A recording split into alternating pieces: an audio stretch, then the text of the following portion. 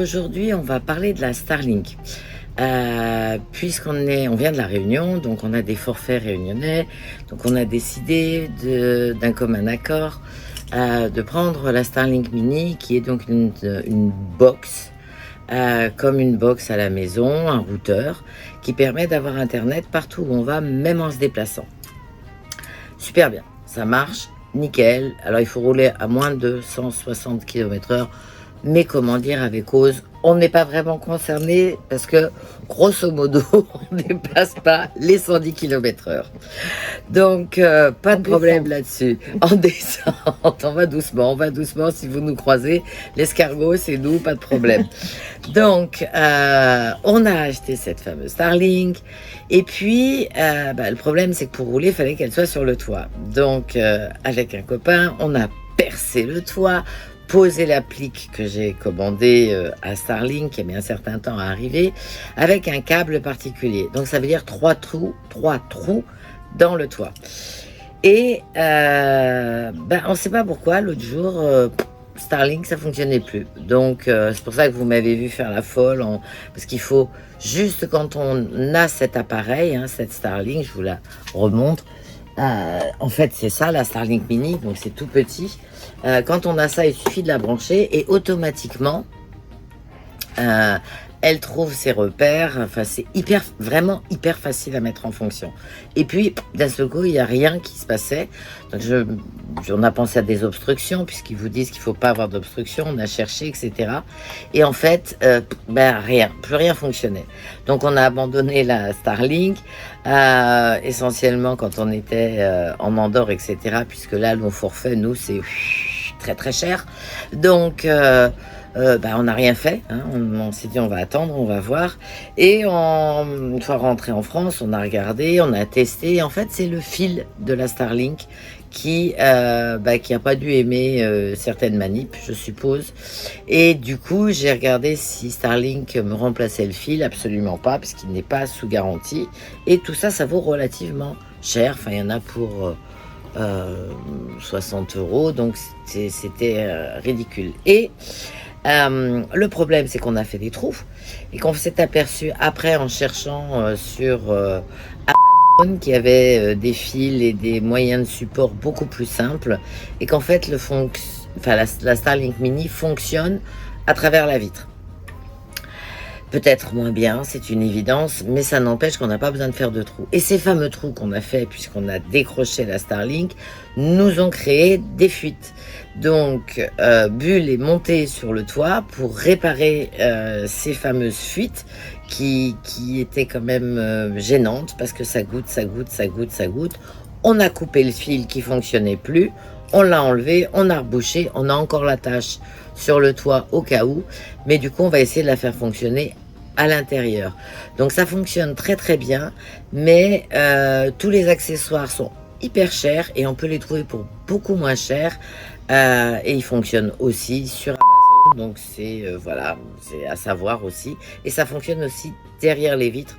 Donc c'est peut-être pas la peine de tout nous percer partout. Je me suis un petit peu emballée, je crois, et j'aurais dû prendre mon temps. Et la deuxième fuite, c'est donc puisqu'on a eu ce problème avec la Starlink, qu'on l'a défaite, on a retiré la fenêtre, la vitre du lanterneau, et de toute évidence, vous avez pu le voir, enfin vous allez le voir, on l'a pas vraiment bien remise, parce que quand l'orage est arrivé ici, on prenait vraiment beaucoup l'eau. Voilà, donc je vous laisse découvrir la suite. Voilà, donc ça c'est la Starlink par rapport à la taille de ma main. C'est tout simple, il y a juste à faire un petit branchement ici. Et là on voit une petite lumière quand ça fonctionne, mais vraiment il faut la chercher, c'est pour ça que j'ai entouré pour bien la voir. Donc c'est très simple. Bon alors là Gouzette, il faut que tu me laisses rentrer parce que j'ai des trucs à faire avec Bichette. Alors, voilà. Donc la réalité en van life, c'est aussi ça. Là, on a le lanterneau, en fait, comme il a plu cette nuit, qui a fui. Et donc, on a trouvé la fuite, elle passe entre la vitre et cette partie-là en caoutchouc. Donc, on a tout démonté et puis on va tout remonter et puis trouver une solution pour que cette fuite s'en aille.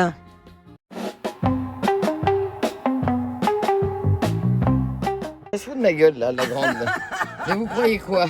Parce que là il y a le saut, parce qu'il y a le trou de la Starlink qui nous fait. Là on a mal remis de toute évidence. De toute évidence. On a mal remis la vitre parce que depuis ça fuit. Là ça fuit aussi. Comme on est rentré en catastrophe, on en a de partout.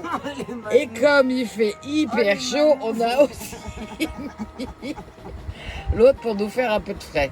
Mais on est un peu, c'est un peu humide quand même. Mais hein. attends, on est à la pointe de la technologie, on a la clim, on a les batteries. Mais ça fouille, bien. Là, hein. ça fouille quand même. Puis ça fouille par moment, il fait pipi par moment lui. Hop, là, le petit jet. C'est voilà, tu crois que c'est fini, mais non, pas du tout. Hop, le petit jet. Il va arriver. Je vous le promets. Voilà le petit jet. Bon.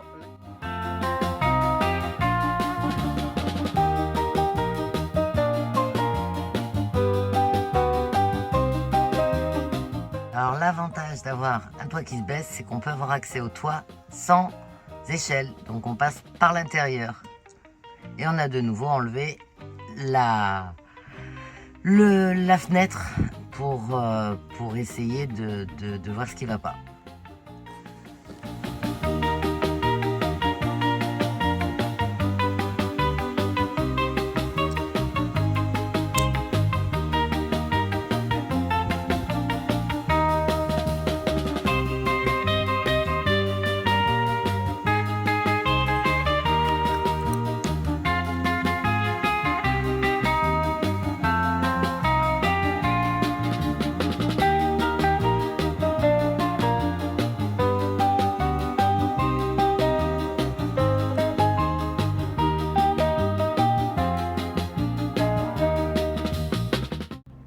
Donc pendant que le silicone pose et sèche surtout, on vous présente le mouton de notre ami, le mouton Ose. Vas-y. Alors là, on essaye donc de bien mettre beaucoup d'eau pour qu'on puisse tester en fait nos réparations que nous avons faites. Et là, j'en prends plein la mouille, mais vraiment plein la mouille. Donc, à très vite. Voilà, donc là, on est en train de bien mouiller là où ça fuyait.